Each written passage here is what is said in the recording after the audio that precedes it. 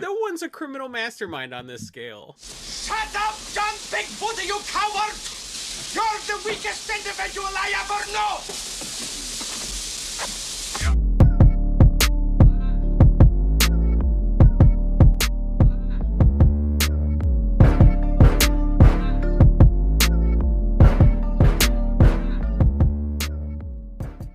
The Adventures of Buckaroo Banzai Across the Eighth Dimension is a 1984 American science fiction film directed by W.D. Richter. Starring, well, let's see, gentlemen, who's in there? We got RoboCop, Peter Weller. Peter Weller. We got The Fly. We got The Fly. We've got a Kiergan. We've got a Kiergan in there. We have Doc Brown. We got the prison guard from Shawshank Redemption. We have Mike Ehrmantraut. No, that's the Kiergan. The Kiergan. At last, the gathering. Come on, Highlander. Clancy Brown. Oh yeah, I'm very aware of the good Highlander movie. Oh, you mean Mr. Krabs? Yeah, Jonathan Banks. Yeah, Jonathan Banks, and 80s movie icon to me. And Vince Schiavelli. Yeah. Leave me alone! Leave me alone! And Dan Hedaya, Carl Lumley, John Parker. Have a horrible accent. Curly Bill Brocious from the Wyatt Earp movie nobody really saw because it came out like the same year as Tombstone. Wait, are we, is this the point where we get to talk about Ellen Barkin? I'm not worth it, Buckaroo. Forget about me. They'll never break me. Penny, get off the phone. This is exactly the part. This could be an Ellen Barkin episode, honestly. I have never fallen in love with someone on screen except Ellen Barkin in that movie. This movie. Like in Buckaroo Banzai. Yes. Okay. Like I was just head over heels. Saw it in the theater the weekend it came out. I was like, who is she? Mm-hmm. It was, like people who are older than me will talk about Gilda and Rita Hayworth, right? This was her Gilda moment for me. I fell in love with her in that movie.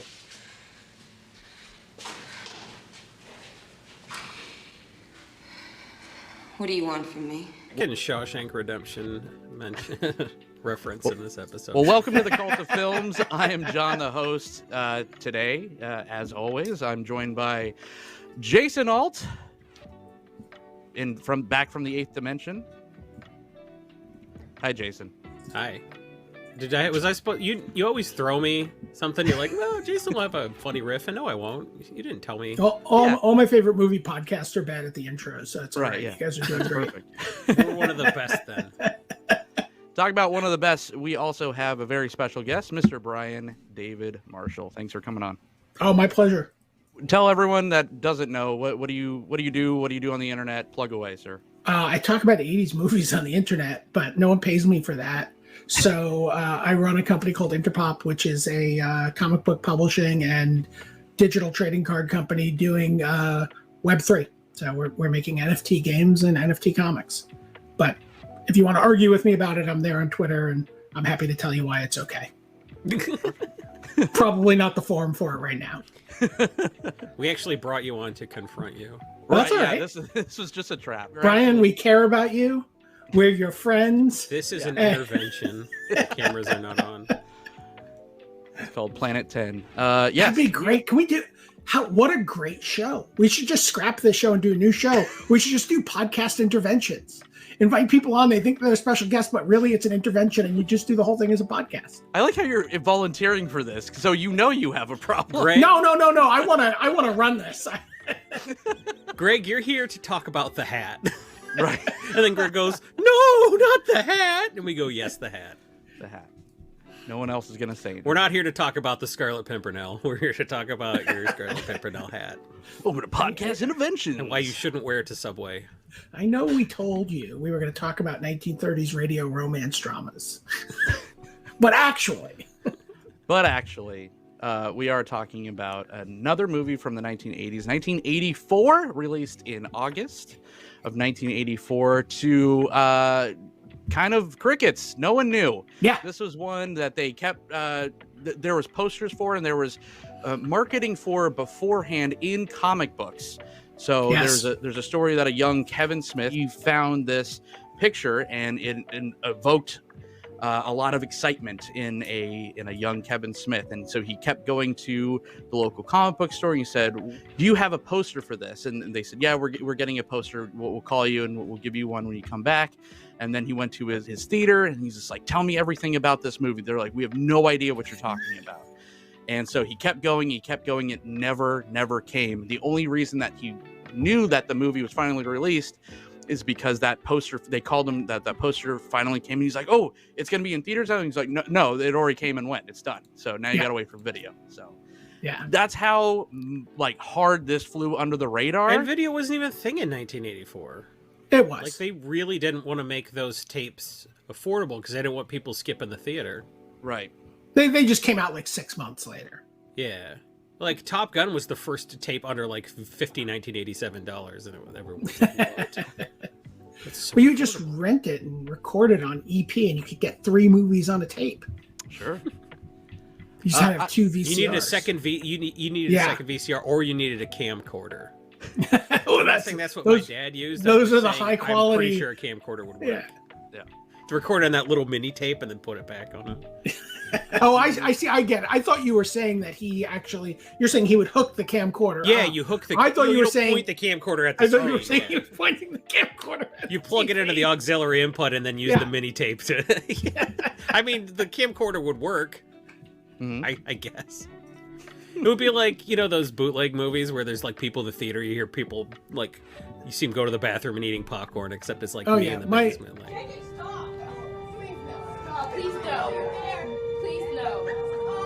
Where's Ben? Where the fuck is Ben? My parents worked on Wall Street. That was a big thing. It's like people would, on the floor of the exchange, would be swapping videotapes, and it would be random, camcorded movies that were in theaters.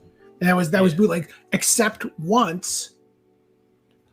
Like, oh, I got Silence of the Lambs. And I'm like, oh, I've already seen Silence of the Lambs, but, let me watch it. It's not going to be on video for a while. Watch it. And it wasn't a cammed version of Silence of the Lambs. It was an editing version of Silence of the Lambs. And it had like 25 extra minutes of footage, which all revolved around Scott Glenn's character being more Machiavellian to Clarice Starling. ooh. So he played a much bigger role. Like, they sort of hinted it in the way the movie ends up being cut. Yeah, but if you read it's the much more. book- It's much more in your face that he is manipulating her to manipulate Hannibal. You spook easily, Starling? Not yet, sir. And there were other scenes that were just like time code and like insert this footage here. So it was a strange. Anyway. What an experience, though. That's so cool. Yeah. I feel I don't.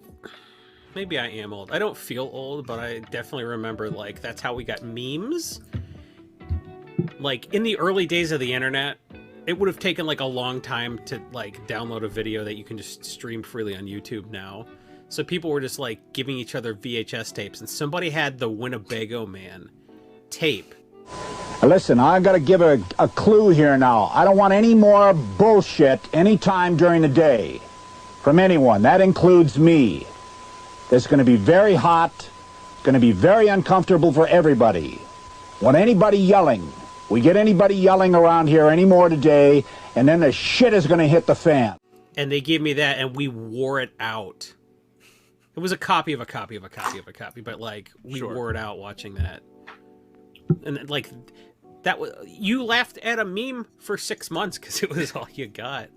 Well, the memes weren't as not- disposable. You had to laugh at, the "Shut Up, Wee Man" tapes or something like that. Forever. Hey, look, Those are the I don't days. want to violate the sort of ethos of the podcast here, but to bring it back to the movie we're talking about. We have an ethos. You Jason. insist. I had no idea. I'm just trying to give people backstory. We're old. But I was going to say Remember Buckaroo Banzai was in a lot of ways that kind of meme content. So I saw the movie the weekend it came out. I was like, what the fuck did I just watch? Strategic Space Command now reports all the surveillance satellite communication jammed. Jammed? By who? Who by? Right? What was that? You know, Did like you seek trying this to. out before though, or you just? I happened knew it on was this coming. movie? No, I knew it was coming out. Okay. I worked in a comic book shop.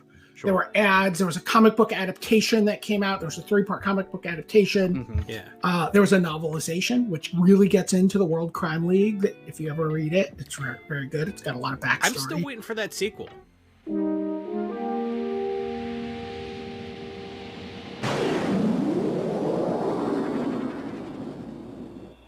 Yeah, This is yeah, a franchise that never happened. yeah. Well, they give you a lot of backstory about the World Crime League in the novelization.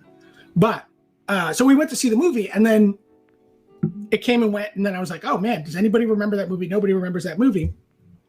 I'm working at a different comic store a few years later, which was in the city and not in like bumfuck Brooklyn, and Forbidden Planet actually, which is a fairly famous comic book store and kind of like a nerd haven and sort of mecca, sure. yeah. And a Leslie Nielsen movie.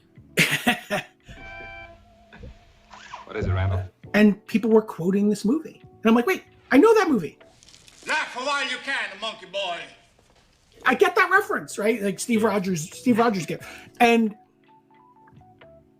it was the first time that I had that kind of experience of like seeing a movie before anyone else had seen it and before it had become this phenomenon. And then it became briefly like a midnight movie in the city that was playing. Like people would show it, and then it just became like I opened up a membership at a video store, rented the video, and then never went back because I just watched the video over and over and over again, and I never wanted to return it. So I just joined a different videos club after that. Sure. But You're gonna get pulled over for a busted headlights. Like, we're gonna warrant for your arrest for never returning. They're like, oh, it's Buckaroo Banzai. Never Buckaroo mind. Banzai. Yeah. You rented it in 1990 and never brought it back. this would be probably like 86, but yeah. Okay. Yeah.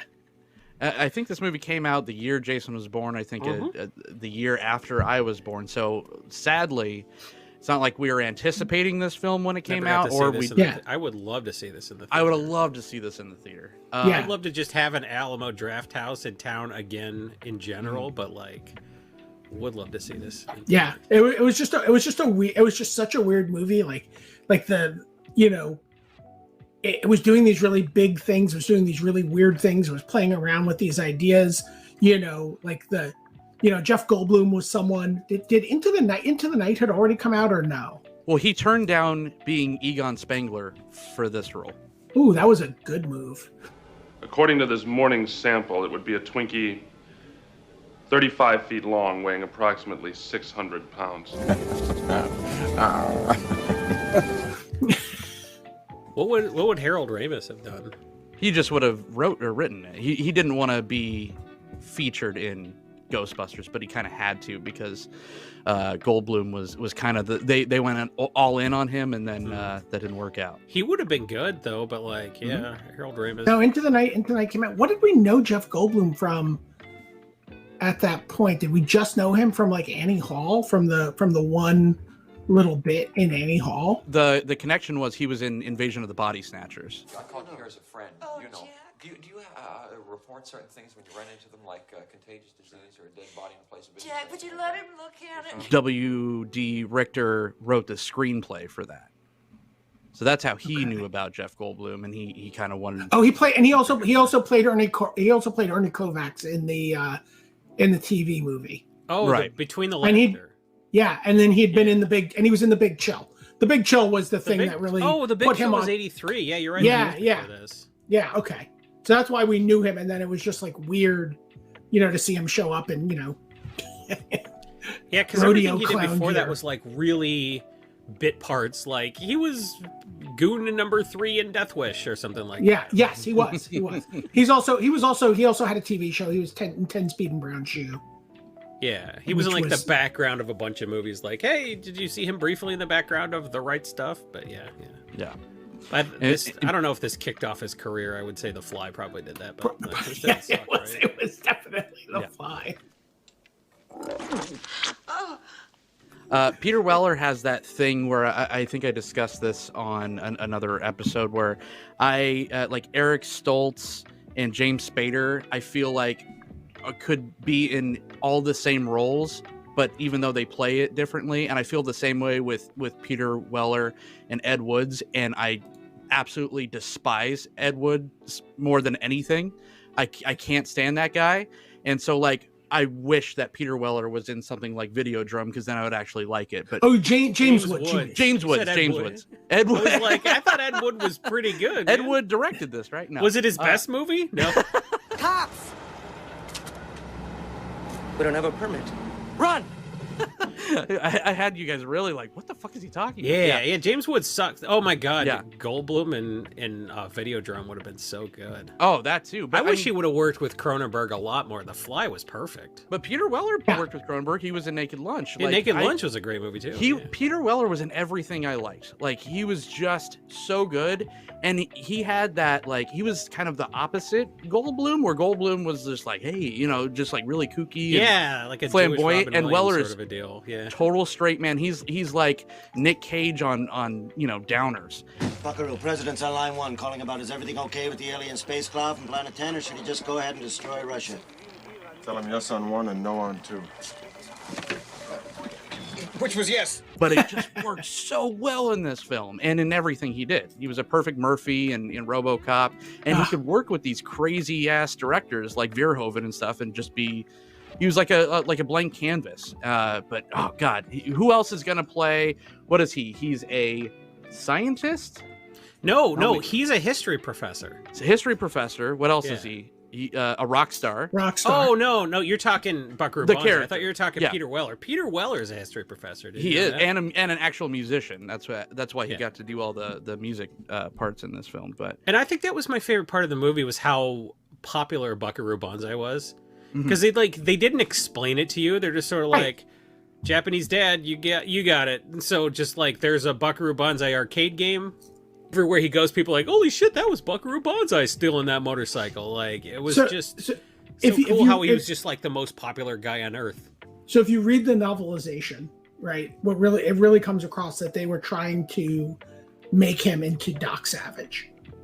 Okay. Right. They were trying to make they were and I mean, and it's obvious from the way it's titled, the coming, the World Crime League story that's teased at the end of the movie, that they were trying to go for this pulp hero, not superhero, but like pulp hero, who's larger than life and really just the guy who's good at everything. Right? That's what's boring about Doc Savage in some ways, right? Like Doc Savage is like, he's like, I've got the second best scientist and the second best fighter and the second best painter on my team. I'm the best at all those things, but I also have the second best. Yeah. So Doc Savage is a little boring like that, but I liked the way they did it with Buckaroo Banzai. Like he had this very esoteric set of skills that made him popular, and he's a doctor who saves children, and then he also has collected all these really brilliant people around him with special knowledge and skills, and empowers people to do things. And I loved the idea of the movie.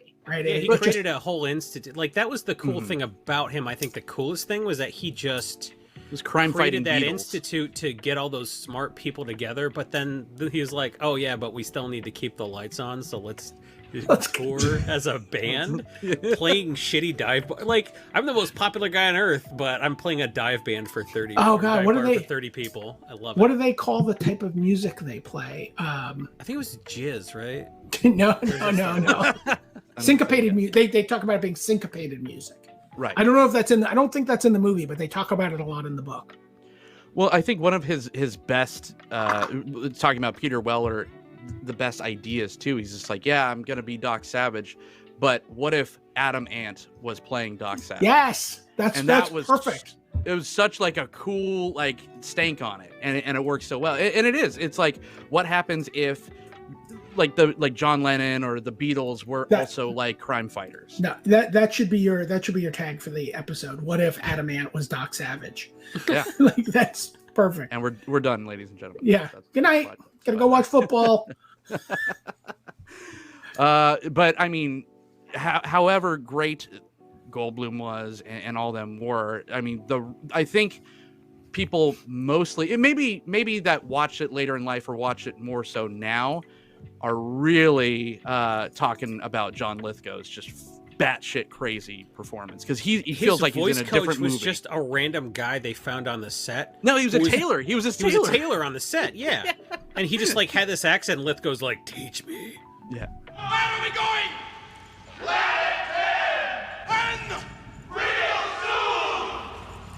Which is just, again, like I don't even know what to compare that to. He's just like, so I guess Dr. Doom. He's clearly Dr. Doom. He feeds on electricity because okay, let's, for anyone that hasn't seen the movie, people. Yeah, let's kind of what is just kind of the general plot of Buckaroo Banzai.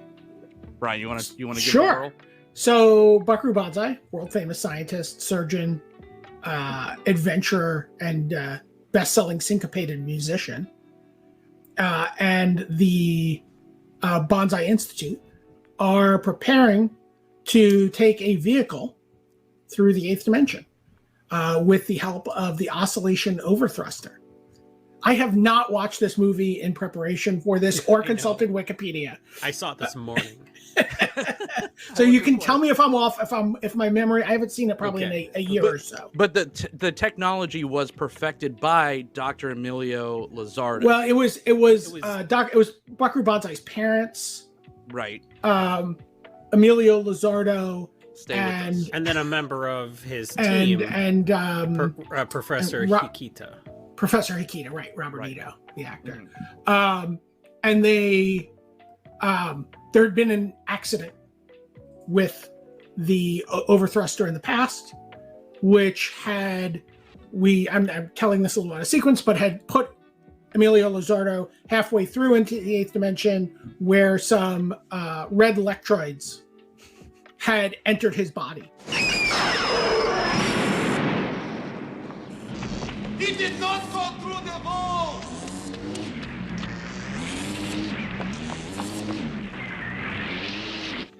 And displaced him and taken over.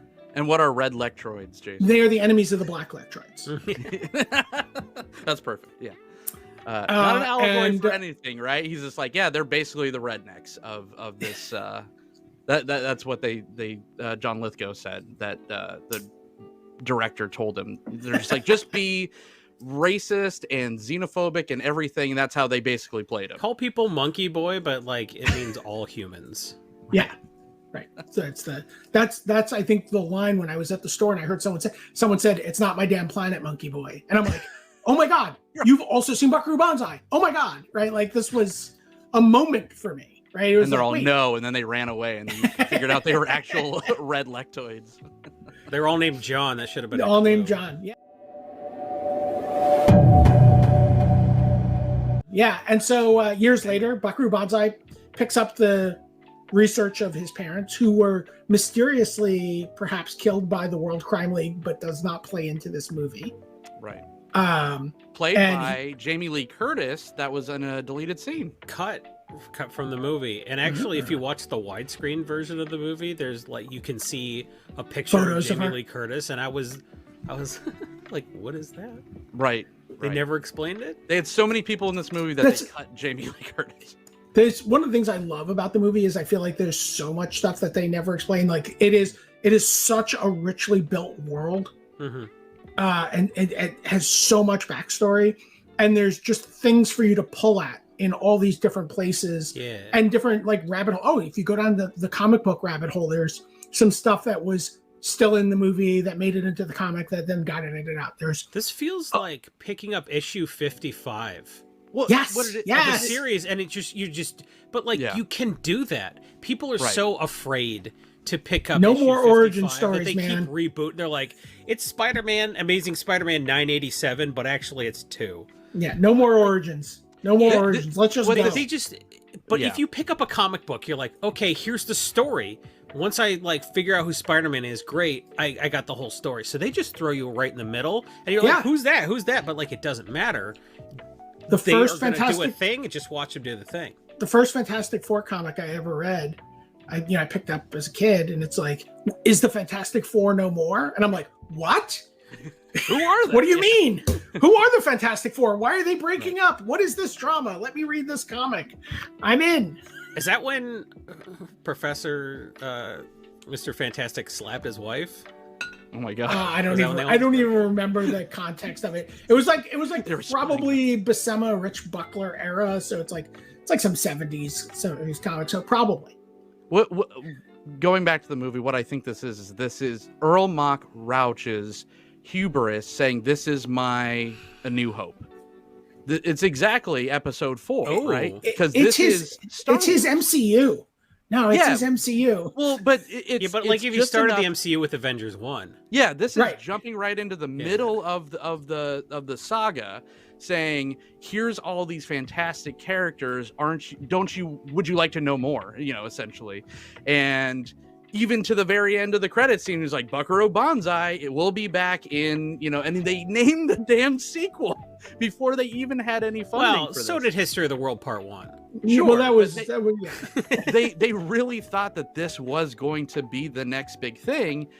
By all accounts, it probably should have been, but there was just so many things. Like, they didn't know.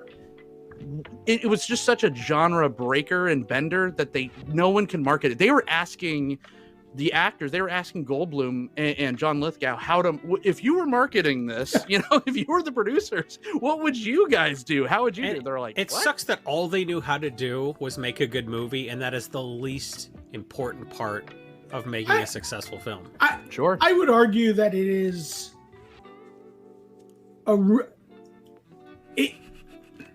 if you go in looking for a good movie, you might be disappointed by this. The effects are not fantastic. Oh, they were fine for 84, I think. Even in 84, you were like, "Woo, that spaceship scene is a little." Oh yeah. Oh my God. Yeah. I was like, "Who did this? Harryhausen?" My God. Yes. But from that perspective of like, when people talk about like transmedia, they talk about like building something that has life before and after this installment of the universe. They nailed it, right? Like, they were way ahead of Fast and the Furious movies and Star Wars even. I think they were probably trying to be like Star Wars, right? Like, that was Star Wars is everything that comes after that calls itself transmedia, that calls itself, this sort of big, something cinematic universe is always ultimately trying to imitate Star Wars, right? So I think probably there's some Star Wars influence on this in that regard. And it just kept getting in its own way too, because they fired Jordan Cronenweth, who's the DP on Blade Runner, who was just making a totally different tone of this film. He was like, okay, I want to make this an epic and a saga and stuff like that, because that's how certain people were kind of selling it to him, and then they're like, nope, we want flat 2D kind of, a lot of light in the aperture type deal where everything just looks more comedic. Like, this looks like a comedy. Yeah.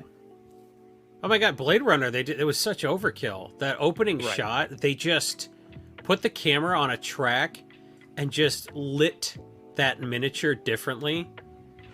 And they just exposed it on the same piece of film. They rewound the footage, lit a different part of that, and just put the camera on a track. Like, they did 50 takes all on the same piece of film to get the opening shot of Blade Runner, and then they're like, okay, they're in the woods, so, like, he's running from a truck, and then there's a helicopter. He's like, are you sure? I could make that spaceship coming out of the mothership and going down to Earth look good, and they're like, nah, not necessary. Nah. I think they were going for a B-movie aesthetic, too. I do think that they were leaning into pulp, but also pulp movies, right? Like Flash Gordon. Yeah. Serials, right? Like radio plays, right? Like there's a radio play is a huge plot point, right? In the story. Like the idea that the Electroids came to Earth and they covered it up as Orson Welles broadcast. And there's a giant exposition dump from Goldblum during this, but it's like you blink and you miss it. There's just so much going on. And it's almost non-linear storytelling because it just jumps from one set piece to another, and it's super hard to catch up or to keep up with. Yeah. And that's, I think, one of the biggest strengths. it both would play better nowadays because I think it would be more accessible and streaming and everything, but it also, I think, would misfire more because people are too stuck on their phones while they're like half watching things. And you can't half watch this movie, even though it's billed as like this like funny romp comedy. It's like, you kind of can because it makes loud noises when you're supposed to look up. Yeah. Sure. That's it fair. Actually works. You know, I accidentally compared this to Flash Gordon, like the 1950s serialized Flash Gordon, but like that you was could also compare it to the 19... and yeah, I think this might have been trying to go for that, which is like Flash Gordon is this huge world, but here's a snapshot of it, and then it just works as a movie, and it's corny, and the effects are bad, but like it just works. It's too bad this didn't work in the way that Flash Gordon worked, where everyone has heard of Flash Gordon, you know, and it sort of gets referenced all the time. And maybe all they needed was a Queen soundtrack. I don't know, but well, I mean, a soundtrack, you know, would have. This doesn't really have, although it does have like the song at the music at the end credits.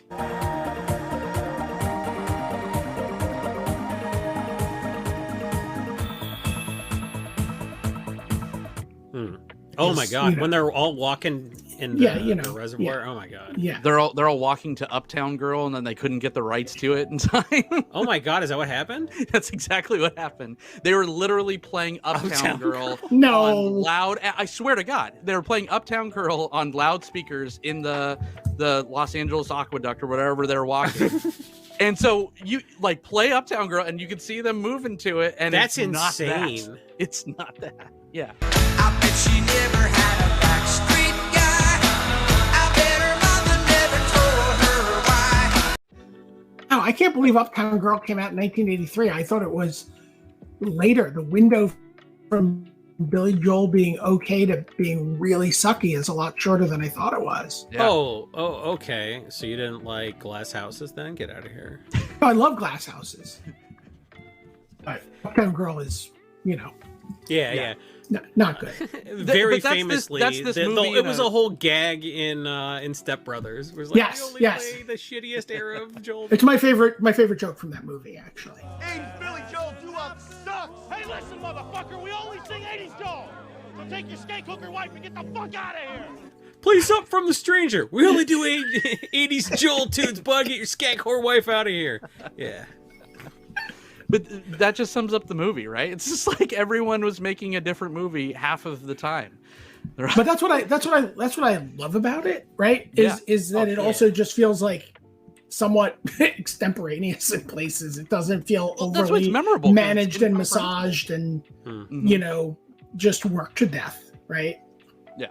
How good was Clancy Brown in this? How hot was Clancy Brown in this? Right? Yeah, because like this is like 5 years before he did the worst sex scene of all time in Rose Steel.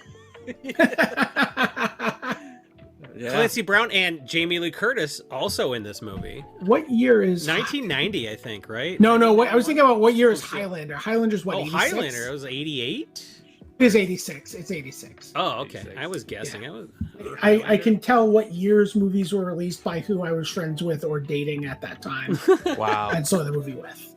I could do that, but not for the 80s. I could do that for 1990. It's like, was I capable of not shitting on myself in 86? Kind of. You were working on it. You were working things out. It's been downhill since there, Jason.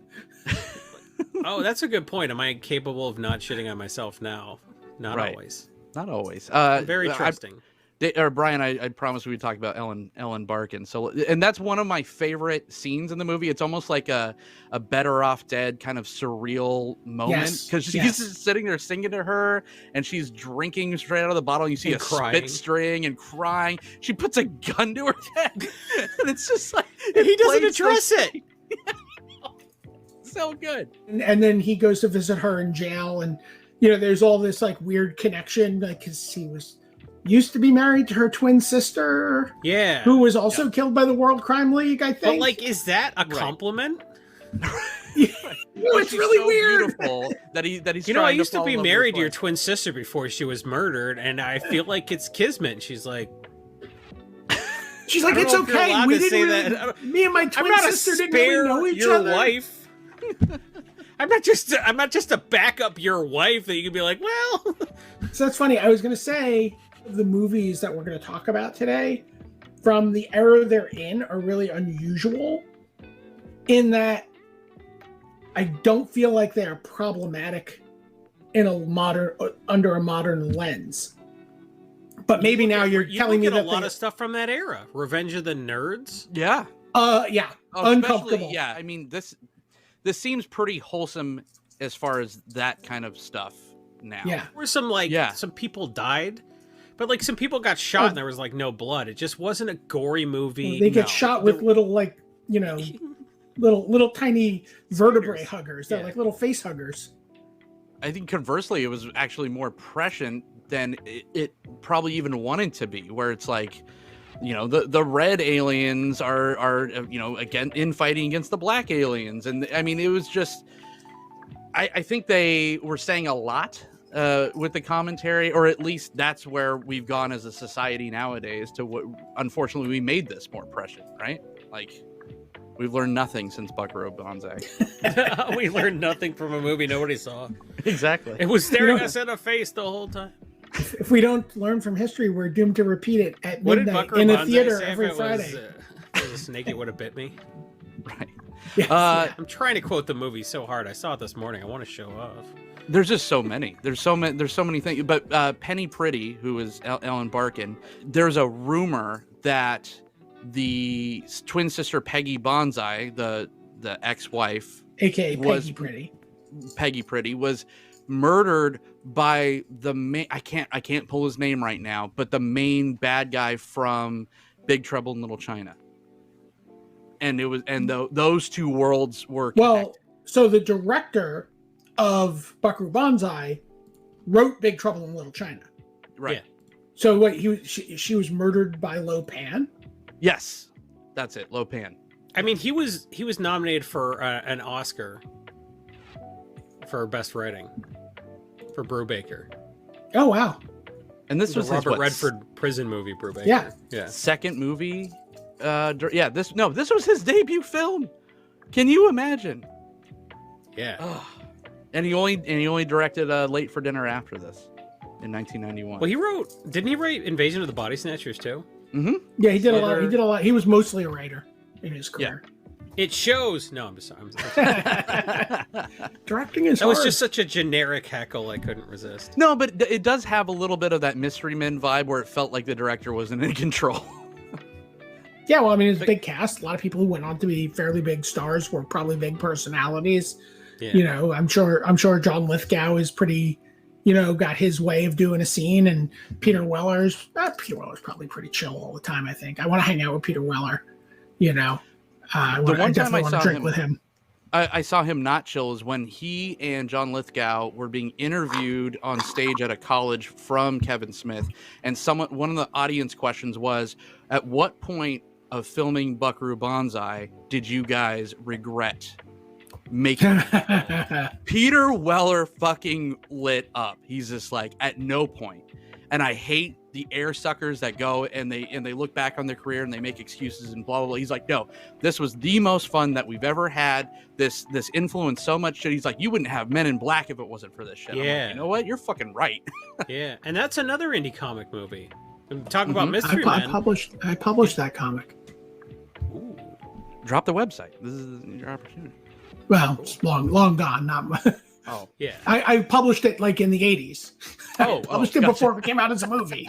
It was very different. The Men in Black comic. Yeah, well, it was much How long more. have I known you? I didn't know that. That's crazy. Not as hands on at that point in the making of comics.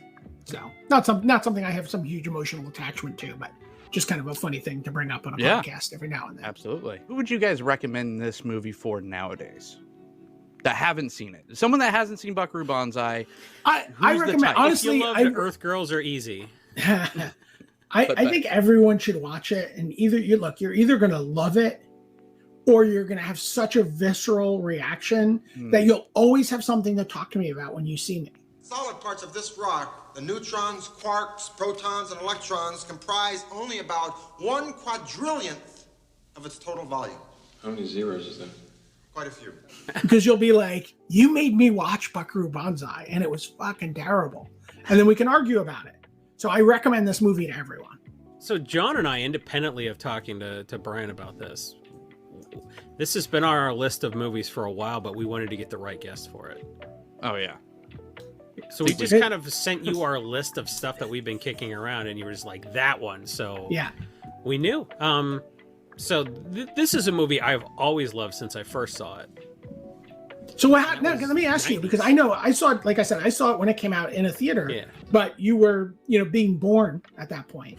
So how do you come across this movie? Like, what's your experience with it? I just feel like it sounds dumb to say, like, I read lists of like cult movies you gotta say the same thing. Yeah, they make those lists for a reason, because like people missed the Warriors. Like, if you weren't around in the 70s, you just I just watched that again the other day, and there's still holds up. There's stuff you should go back for. This is a movie I think people should go back for. If they're go back for Goonies and Last Starfighter and shit like that, go back for this. Yeah. 100%. And it was the same thing. I mean, I worked at Blockbuster, so I think that was the first introduction I had to this, because when I finally returned the movie in right, exactly. 1999, you were like, oh, I can watch it now. But I was literally just like Peter Well. I was such a RoboCop fan. I was such a, like, I love Naked Lunch and just other stuff that he did. I was just like, how have I never seen this movie? The cast just like screams at you, right? Like, it jumps off the box. The synopsis, it's like, if you like Star Wars, like, and if that's your baseline, if you've never seen a cult movie before and you like A New Hope or Return of the Jedi or anything, it's just like this might be a gateway into seeing some other crazy shit. By the way, I think A New Hope and Raiders of the Lost Ark are two movies that share a lot of DNA with Buckaroo Banzai in terms of what they're trying to do. I think they both probably do it, one could say more effectively than Buckaroo Banzai, but I think there a lot of that same pulp movie DNA is in both of them. I think if you love The Phantom with Billy Zane, you will fucking love this movie. Love that movie. Bruce Campbell almost got that part. That's like the only. Every time I see that movie, I'm like, should have been Bruce. Oh no, I love that era Billy Zane, like Demon Knight era, is just perfect. Oh my God, Billy Zane. Billy Zane with hair, yeah, I remember. Right, Billy Zane not playing Billy Corrigan. Would we want to see this revived in some fashion? Because everything is being reanimated at this point. A sequel, maybe. Like the sequel we were promised, but like a reboot with a new cast, absolutely not. Okay, just say a series, a Netflix series. Well, who they get back? No one. I mean, it's gonna be all new, all new, all whatever. Teenage female Buckaroo Banzai, his granddaughter, is leading a team of young kids. Buckaroo Banzai's kid or granddaughter, you know what, I'm in. Yeah, right. I would love for there to be something. I would be pretty happy with some really like comics, and it may exist and I just don't know. But Marvel did a run. There are more recent comics. Yeah, Marvel did a run of it. Yeah. Okay, I'll have to check that out then. Yeah. But I think I like the sort of Don Quixote-ness of what could have been like this like great unfinished work. I don't know that I want someone to go back. I like the empty spaces around it very much, and I think ultimately I don't want someone to go back. And as much as there's a completist part of me that's like, no, you got to do it. If you could go back and do a story about Buckaroo Banzai's dad and the World Crime League and come up with a really good cast, I would probably, I watch Pennyworth, right? Like, I'd probably watch that. So, you can put it on Epix. 12 people could watch it and it'll be a Pennyworth. What's that? Oh, I know. You didn't even say Gotham. I tweeted like that I watched Gotham. I've never admitted that I watched Pennyworth before. That's bonus content for the Patreons. Right. I feel like what you're saying is you don't want to see a polished version of this. I don't want to see a polished version. I would rather just this be our snapshot of this place and time. Right. I would take a modern version of Buckaroo Banzai. I would take, like, you could just do the spin-off where you're just like, just give me some family of Blue Blaze irregulars. Yeah. That like live in, give me the Gotham of Buckaroo Banzai, right? Give me Perfect Tommy spin-off. Oh fuck. I love Perfect Tommy, man. And then or give me some, or just say, you know what, fuck it, we're gonna go back and we're gonna meet Buckaroo Banzai's parents, and we're gonna meet the World Crime League, and we're gonna do Rocketeer type shit with fighting Nazis in New York and blimps, and you know what I mean. Just give me that whole fucking Michigas, and I'm in for that. Give me like Buckaroo Banzai. I'm instantly in. Yeah, or Buckaroo Banzai and Sky Captain in the World of Tomorrow. What is what I was thinking. Yeah, but those were both such world. They're like, here you go. Yeah, there was Rocketeer just trusted you to catch up. Yep. Because like, here's a world. This guy's a pilot, but also jetpack for some reason, and he's fighting James Bond. I don't know. Just watch the movie. Right. It was great. They didn't hold your hand, like And they're like, here's Jennifer Connelly. And I'm like, okay, I'm in. I'm in. I met Jennifer Connelly. Oh, God. Working in a comic book store. My dream.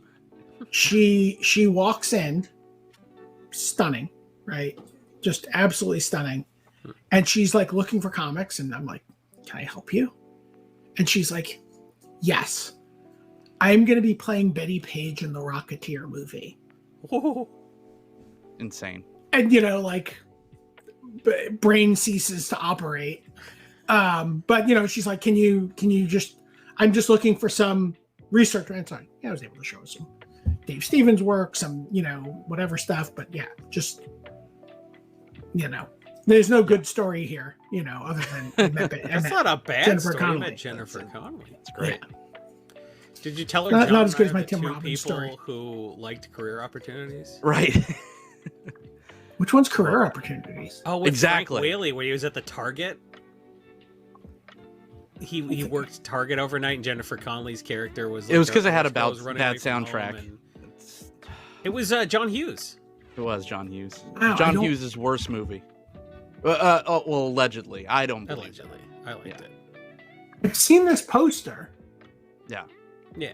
I've Everyone's definitely seen the poster. seen... No one saw the movie. This podcast is the unofficial Frank Whaley fan club. Oh, wow.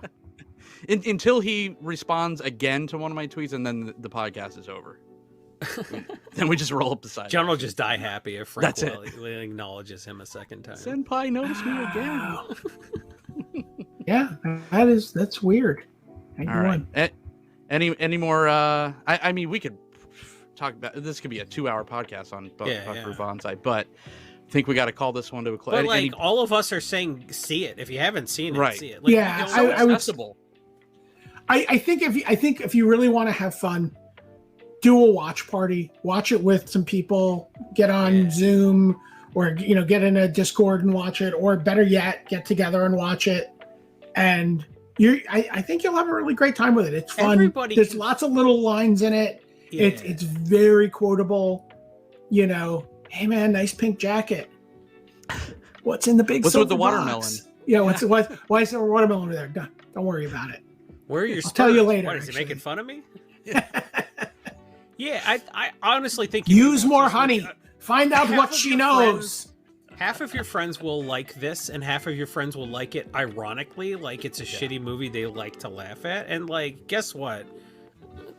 They still win because they entertained you. So I can't imagine not finding some access to derive enjoyment from just a happy, fun movie that doesn't take itself seriously. The two movies I've seen the most in my life are Miller's Crossing and The Adventures of Buckaroo Banzai Across the Eighth Dimension. Jesus. Both movies don't take themselves that seriously.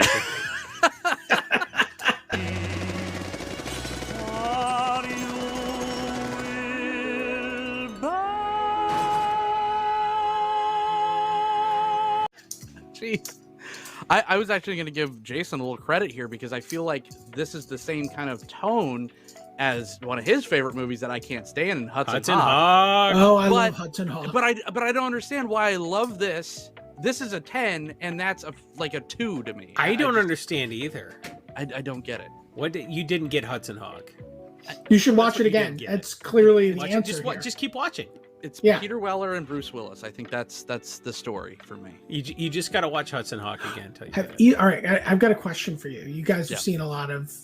You guys actually go way deeper than I do. I think on bad movies, which is deep.